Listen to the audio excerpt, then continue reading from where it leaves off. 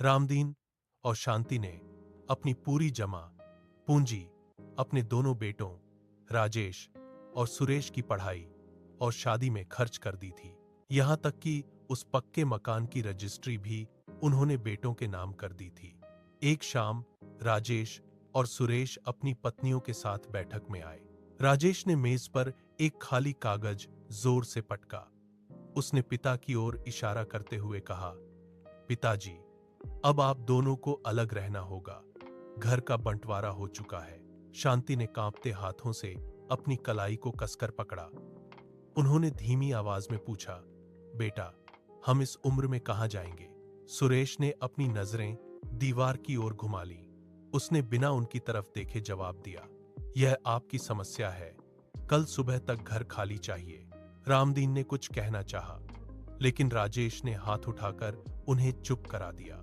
अगली सुबह सूरज निकलने से पहले ही रामदीन और शांति एक छोटा सा झोला लेकर घर की दहलीज से बाहर निकल गए। भारी दरवाजा उनके पीछे बंद हो गया। वे सड़क पर खड़े थे। पीछे मुड़कर देखने की हिम्मत उनमें नहीं थी।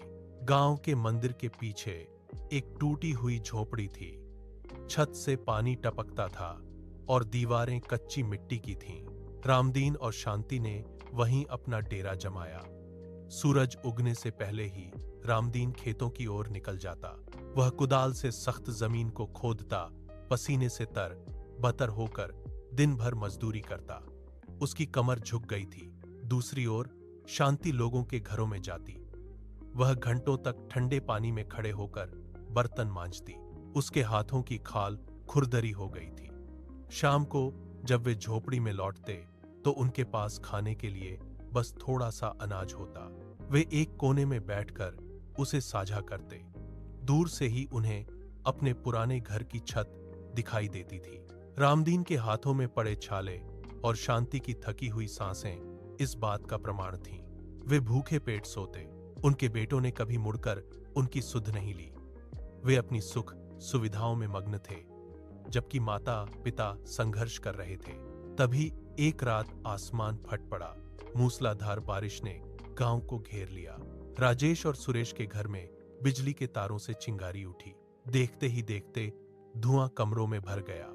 राजेश ने दरवाजा खोलने की कोशिश की, लेकिन आग की लपटें इतनी तेज थीं कि वह पीछे हट गया। सुरेश ने खिड़की से बाहर कूदने का प्रयास किया। कुछ ही मिनटों में वह पक्का मकान राख के ढेर में बदल गया। उनके पास पहनने के लिए एक अतिरिक्त जोड़ी कपड़े तक नहीं बचे। वे बारिश में भीगते हुए गांव के मुखिया के दरवाजे पर पहुंचे। राजेश ने कांपते हुए हाथ जोड़े और मदद की गुहार लगाई। मुखिया ने अपनी चौखट से बाहर झांका। उसने लाठी पटकते हुए चिल्लाकर कहा, तुम जैसे कृतघ्न लोगों के लिए मेरे घर में कोई जगह नहीं है। यहां से चले जाओ।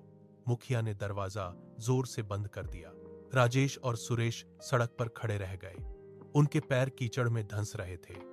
बारिश की बूंदें उनके शरीर पर चाबुक की तरह गिर रही थीं। वे अब बेघर थे, भूखे थे और पूरी तरह अकेले थे। वे भटकते हुए मंदिर के पीछे वाले रास्ते की ओर मुड़ गए, जहां अंधेरा और सन्नाटा पसरा था। राजेश और सुरेश लड़खड़ाते हुए मंदिर के पीछे पहुंचे। भूख से उनके पेट में मरोड़ उठ रहे थे और शरीर ठंड से कांप रहा था। उन्होंने एक टूटी झोपड़ी के अंदर झांका। रामदीन और शांति वहां जमीन पर बैठे थे।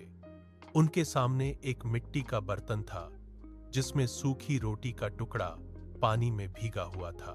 रामदीन ने उसे तोड़कर शांति को दिया। तभी उनकी नजर दरवाजे पर खड़े अपने बेटों पर पड़ी। रामदीन ने बिना एक शब्द कहे अपनी थाली आगे बढ़ा दी। उसने अपनी आधी रोटी राजेश की ओर बढ़ाई और शांति ने अपनी रोटी सुरेश की तरफ। राजेश ने कांपते हाथों से रोटी का टुकड़ा छुआ। उसने देखा कि रामदीन की उंगलियां मिट्टी से सनी थीं और शांति की आंखों में कोई शिकायत नहीं थी। यह दृश्य देखकर राजेश और सुरेश के गले में जैसे कुछ फंस गया। वे एक साथ घुटनों के बल जमीन पर गिर पड़े। उन्होंने रामदीन के पैरों को मजबूती से पकड़ लिया। उनके आंसू रामदीन के पैरों की धूल में मिल गए। वे जोर जोर से सिसक रहे थे। उनके कंधे हिल रहे थे और वे अपनी गलती का बोझ महसूस कर रहे थे। रामदीन ने अपने कांपते हाथों से उन्हें उठाया और सीने से लगा लिया। उस छोटी सी झोपड़ी में अब एक अजीब सी शांति थी। रामदीन ने उन्हें सहारा देकर खड़ा किया और कहा, घर ईंटों के ढांचे से नहीं, बल्कि अपनों के साथ और भरोसे से बनता है। राजेश और सुरेश ने सिर झुकाकर अपनी गलती स्वीकार की। अगली सुबह से ही चारों ने मिलकर काम करना शुरू किया। रामदीन खेतों में हल चलाता तो राजेश और सुरेश मिट्टी ढोते। शांति और उसकी बहुएं मिलकर घर की मरम्मत में जुट गईं। उन्होंने झोपड़ी की दीवारों को लीपा और छत को घास फूस से ढका। धीरे धीरे समय बीतता गया। मेहनत रंग लाई और उस छोटी सी झोपड़ी में फिर से खुशहाली लौट आई। अब वहां कोई बंटवारा नहीं था, कोई कड़वाहट नहीं थी। शाम को जब सब साथ बैठकर भोजन करते तो घर में सिर्फ हंसी और एक दूसरे के प्रति सम्मान का वास होता। उन्होंने फिर से अपना जीवन संवारा, लेकिन इस बार नींव ईंटों की नहीं, बल्कि अटूट प्रेम की थी।